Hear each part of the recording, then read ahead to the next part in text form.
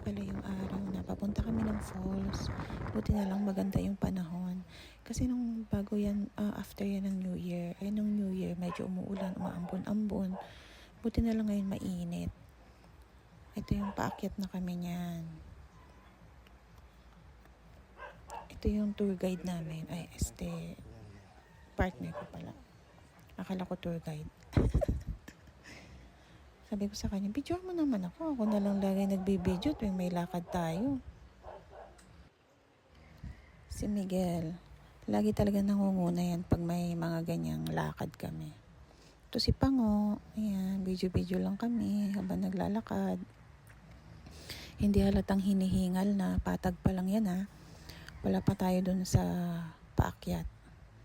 Pero ang layo din, siguro naglakad din kami ng mga 10 minutes din siguro. Tapos sobrang init, hindi pa ako nakapagdala ng payong. Kaya yung bato ko naging choco talaga. Lalo na ngayon, mainit na talaga ng sobra.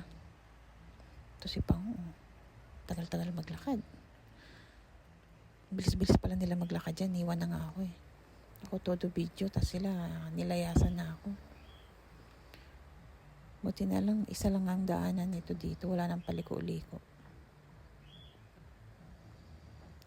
Si Miguel, ang bilis lagi maglakad niyan. Ganyan talaga yan pag may mga lakad.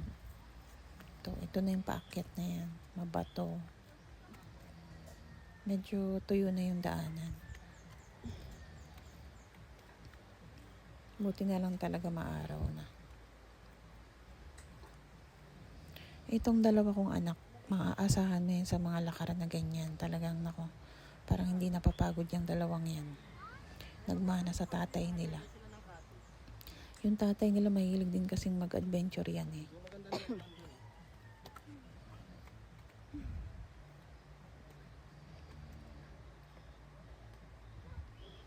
Takbo na naman siya.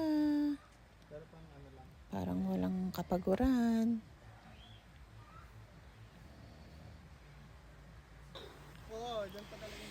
Ito yung first stop. So may pahingahan dito. Tsaka may paliguan din dyan. Ang ganda. Malinaw din yung tubig. Kaso talaga pag mga gantong mga lakad namin, hindi mo talaga ako maaasahang maligo kasi lamigin talaga ako. Kami ni Miguel lamigin.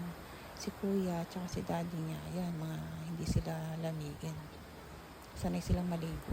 Kahit sobrang lamig, kaya nilang tagalan.